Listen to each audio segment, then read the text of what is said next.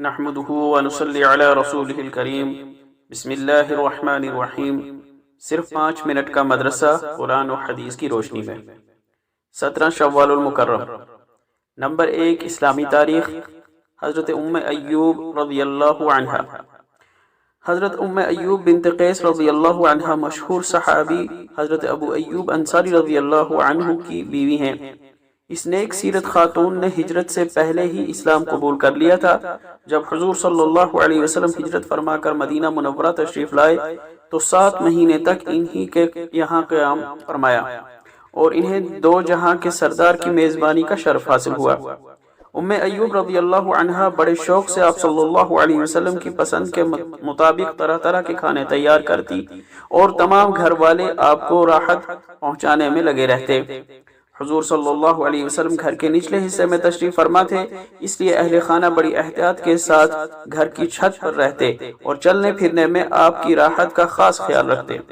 ایک روز چھت کے اوپر پانی سے بھرا ہوا گھڑا ٹوٹ گیا تو سردی کے موسم میں لحاف سے پانی کو جذب کیا تاکہ پانی آپ صلی اللہ علیہ وسلم کے اوپر نہ گرے، اور خود بغیر لحاف کے سردی کے عالم میں پوری رات گزاری۔ صبح ہوتے ہی خدمت نبوی میں درخواست کی کہ آپ اوپر کی منزل پر قیام فرمائیں تو بڑا احسان ہوگا۔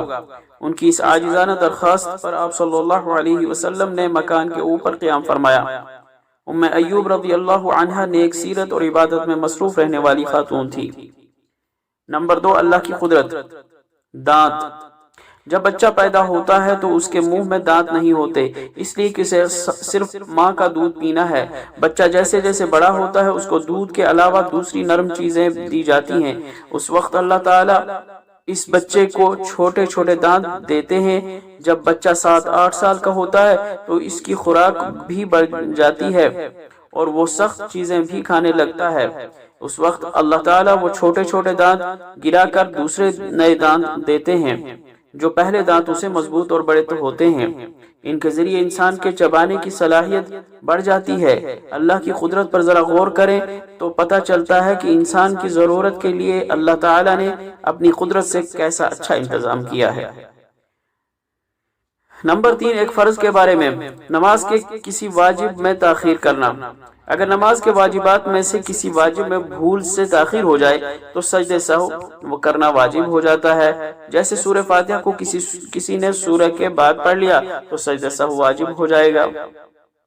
نمبر 4، ایک سنت کے بارے میں۔ روزہ کس چیز سے افطار کرے۔ حضرت انس رضی اللہ عنہ فرماتے ہیں کہ آپ صلی اللہ علیہ وسلم مغرب کی نماز سے پہلے تر کھجور سے روزہ افطار فرماتے تھے۔ اگر تر کھجور نہ ہوتی تو خشک کھجور سے افطار فرماتے، اور اگر یہ بھی نہ ملتی تو چند گھونٹ پانی پی لیتے۔ نمبر 5، ایک اہم عمل کی فضیلت۔ چاشت کی نماز پڑھنا۔ رسول اللہ صلی اللہ علیہ وسلم نے فرمایا جو شخص چاشت کی 12 رکعت پڑھے گا تو اللہ تعالیٰ اس کے لیے جنت میں سونے کے محل بنائے گا۔ نمبر 6، ایک گناہ کے بارے میں۔ زمانہ کو برا کہنا۔ ایک حدیث قدسی میں اللہ تعالیٰ نے فرمایا آدم کی اولاد مجھے تکلیف دیتی ہے اور زمانے کو برا بھلا کہتی ہے، حالانکہ میں ہی زمانہ ہوں اور دن رات کو پلٹتا رہتا ہوں۔ نمبر 7، دنیا کے بارے میں۔ 2 بڑی نعمتیں۔ رسول اللہ صلی اللہ علیہ وسلم نے فرمایا قیامت کے دن سب سے پہلے بندوں سے نعمتوں کے بارے میں جو سوال کیا جائے گا وہ یہ ہوگا کہ کیا ہم نے تیرے بدن کو تندرستی نہیں عطا کی تھی اور تجھ کو ٹھنڈے پانی سے سیراب نہیں کیا تھا۔ نمبر 8، آخرت کے بارے میں۔ ہر انسان اپنا کیا دھرا یاد کرے گا۔ قرآن میں ہے پھر وہ سب سے بڑا ہنگامہ یعنی قیامت کا برپا ہوگا جس دن انسان اپنا سارا کیا دھرا یاد کرے گا اور دوزخ ہر دیکھنے والے کے سامنے کر دی جائے گی۔ نمبر 9، طب نبوی سے علاج۔ ایلوے سے آنکھوں کا علاج۔ حضور صلی اللہ علیہ وسلم نے محرم کے بارے میں فرمایا جب اس کی آنکھ میں تکلیف ہو تو ایلوے کا لیپ آنکھوں پر لگا لے۔ فائدہ۔ ایلوا ہندی دماغ اور آنکھوں کے اعصاب کے صفراوی فضلات کو دور کرتا ہے۔ نمبر 10، قرآن کی نصیحت۔ نماز پڑھو اور خوب صدقہ دو۔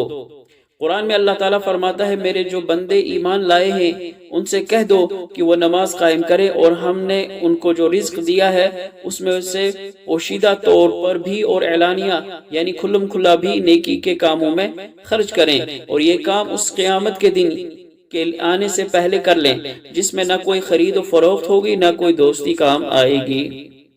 اللہ تعالیٰ عمل کرنے کی توفیق عطا فرمائے۔ وآخر دعوانا الحمدللہ رب العالمین۔